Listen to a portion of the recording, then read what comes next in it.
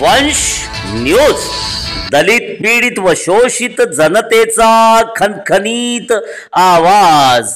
महिलांना, माझ्या मायमाऊलींना मला सांगायचंय, काही गोष्टी कधीतरी चुकीच्या घडतात, काही विकृत माणसं असतात, काही नराधम असतात आणि तिथं काहीतरी घडलं की आमच्यावर टीका होते। बघा, महिलांना आज हे तिथं मदत करतात, सुरक्षिततेचं काय? सुरक्षिततेच्या बाबतीमध्ये राज्य सरकार डोळ्यात तेल घालून त्या ठिकाणी बघतंय।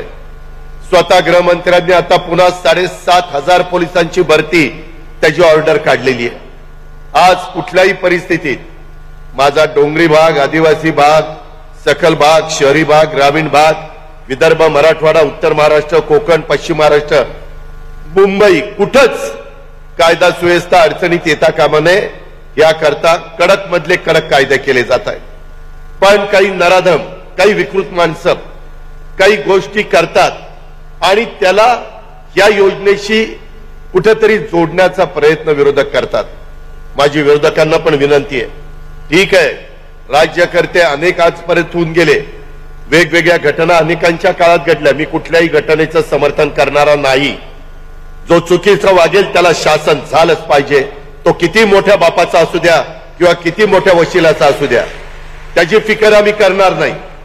त्याला पूर्णपणे इतकं कडक शासन करणार आमचा तर प्रयत्न चाललाय। ते शक्ती कायदा आपण दिल्लीमध्ये राष्ट्रपती महोदयांच्याकडे गेलाय, तो लवकर मंजूर करून आणायचा आहे।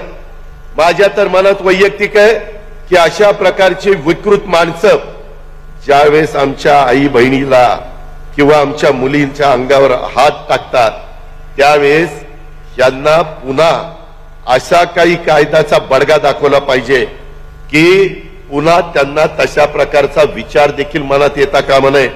त्यांचं माझ्या भाषेत सांगायचं तर सामानच काढून टाकलं पाहिजे, परत नाहीच।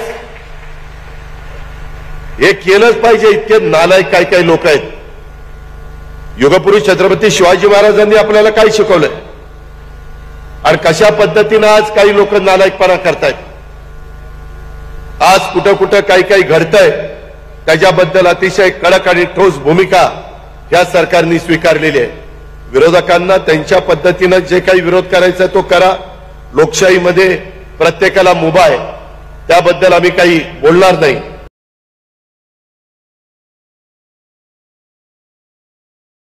आमचा व्हिडिओ जास्तीत जास्त लाईक करा, शेअर करा आणि आमचे YouTube चॅनल सबस्क्राईब करा। धन्यवाद।